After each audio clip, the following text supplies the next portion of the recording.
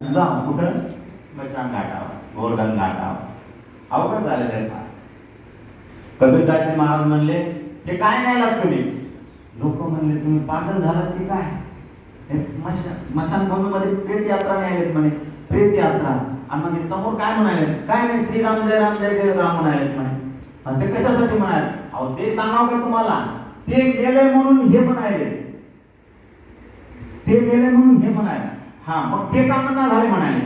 अहो महाराज ते मेलेलं आहे म्हणून म्हणाले. हा मला हेच पाहिजे, जे मेलेलं आहे ते नामस्मरण करू शकत नाही, जिवंत असणारच नामस्मरण करू शकतंय, एवढं मला तत्वज्ञान प्राप्त झालं म्हणे. ठीक आहे, काय हरकत नाही. म्हणून एका मला विचारलं, महाराज मग आपण मेलेले का जिवंत आहेत कसं समजावं. मी म्हणलं उजव्या हाताने डाव्या हाताला चिमटा घ्यायचा, चिमट्याचं सेन्सेशन झालं, संवेदना झाली तर समजायचं की आपण जिवंत आहेत, मग नामस्मरण करायला काय हरकत नाही, काहीच हरकत नाही. म्हणून वाचन नामस्मरण ही सुद्धा पूजा आहे.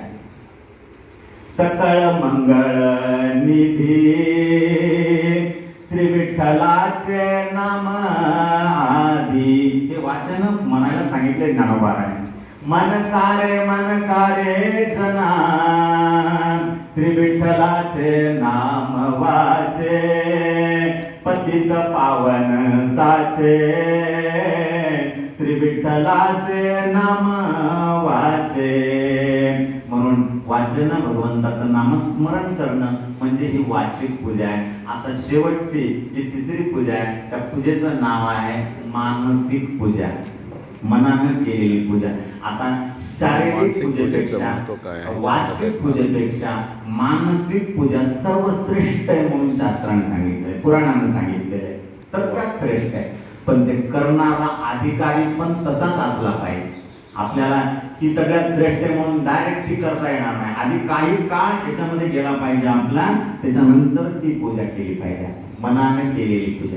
म्हणून मी मनानं सांगत नाही, हे तुकोबाराय सांगतात, करावी ते पूजा मनेची उत्तम, लौकिकाचे काम नाही येते. किंवा मनोमय पूजा, बघा तुकोबाराय सांगतात, मनोमय पूजा हेची पडिये केशी राजा, हे तो कल्पनेचे भोग. बघा देवाला काय आवडतंय, मनानं केलेली पूजा आवडते. आणि देवाला सात्विक श्रद्धा आवडते, बाकीच्या श्रद्धा आवडत नाही. म्हणून मनानं, बघा एक दृष्टांत सांगून आपल्याला सगळ्याला पूर्णविराम द्यायचा. एका ठिकाणी एका महाराजांचं कीर्तन झालं, त्या कीर्तनामध्ये हाच विषय होता, कोणता, मानसिक पूजा. आणि श्रोता वर्ग भरपूर जमलेला आहे, त्याने ते सगळं ऐकलं. ऐकल्यानंतर बसलेला एक श्रोता फार काय होता, चिकट होता, चिक्कू, ज्याला आपण काय म्हणू, कृपण दुसऱ्या भाषेमध्ये.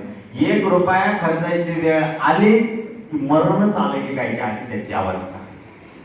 कीर्तन झालं, महाराजांच्या जवळ गेला, गेल्यानंतर महाराज तुमचं कीर्तन ऐकलं, खूप आवडलं. का, फुकट आहे ना सगळं, फुकट आवडते लवकर, आवडलं महाराज मला. आणि आज तुम्ही जे सांगितलं मानसिक पूजेचं महत्व सांगितलं होतं, मानसिक पूजेमध्ये 12 वर्ष तुम्ही अशी मानसिक पूजा करा.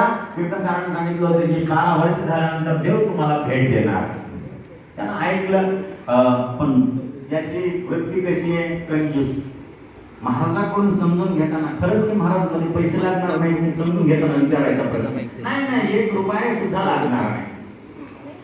समजून सांगितलं, यानं पूजा करायला सुरुवात केली. काहीच नाही, मनानं बसल्या बसल्या स्नान सुद्धा करण्याची गरज नाही. बघा, स्नान सुद्धा करण्याची गरज नाही, मनानं हरिद्वारला गेल्याचं चिंतन करायचं. सुंदर स्नान केलं, तेवढ्या पाण्यामध्ये गेलं, नाक धरलं, बुडलं, वर आलो, सुंदर पूजा केली. मनानंच हे असं चिंतायचं, त्याला चांगलं वाटलं, कुठं जायची गरज नाही. मनानंच दही, दूध, तूप, मध, पंचामृत देवाला द्यायचं. असं करत करत करत करत करत करत 12 वर्ष झाली याच्या पूजा करायला.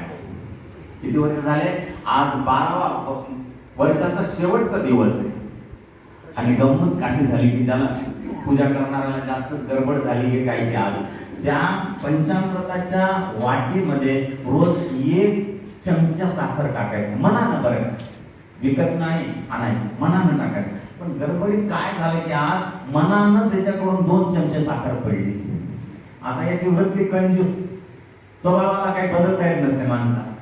त्यानं विचार केला की उगीच 2 चमचे साखर पडली, 1 चमचा साखर आजपर्यंत मी वापरली मनानं, आणि आता मात्र 2 चमचे साखर पडली. त्यानं मनानंच त्याच्यामधली 1 चमचा साखर काढून घेण्याचा प्रयत्न केला.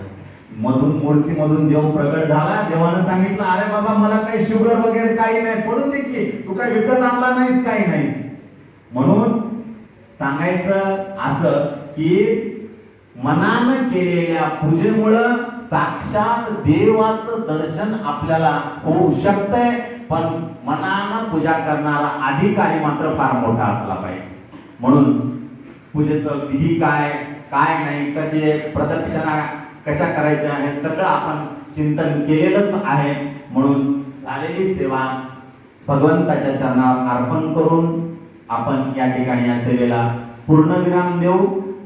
विश्व हिंदू परिषद नांदेड तर्फे आयोजित हा कार्यक्रम अतिशय महत्त्वाचा आहे, अतिशय महत्त्वाचा. आणि हे कार्यक्रम समाजामध्ये नेहमी झाले पाहिजेत, तर समाज जागृत नाही राहील, अन्यथा राहणार नाही. म्हणून पुनश्च सर्वांचं एकदा मनपूर्वक या ठिकाणी अभिष्ट चिंतन व्यक्त करून भगवंताच्या चरणावर आपण सेवा अर्पण करू. कुंडलिक वरदा हरी विठ्ठल. श्री गुरु ज्ञानदेव तुकाराम भगवान की जय. खूप छान, धन्यवाद गुरुजीचा. तुम्ही आम्हाला एवढा मोठा विषय अगदी छोट्या स्वरूपात घेऊन अगदी सहजतेने समजावला. अशी ही आपली दैनंदिन पूजा आपल्याला करावयाची आहे. आणि ही दैनंदिन पूजा दिवसभर आपल्याला प्रफुल्लित तर ठेवते आणि आपल्या मनाची एकाग्रता आणि आपल्याला स्थैर्य प्राप्त करून देते. म्हणून अशी ही पूजा आपण दररोज करावी अशा पद्धतीने, की जेणेकरून आपल्याला दिवसभर ऊर्जा व नवचैतन्य आपल्यामध्ये निर्माण होईल. आता या ठिकाणी प्रश्नोत्तरांचं आपण एक सत्र ठेवलेले आहे. काही तुमचे प्रश्न असतील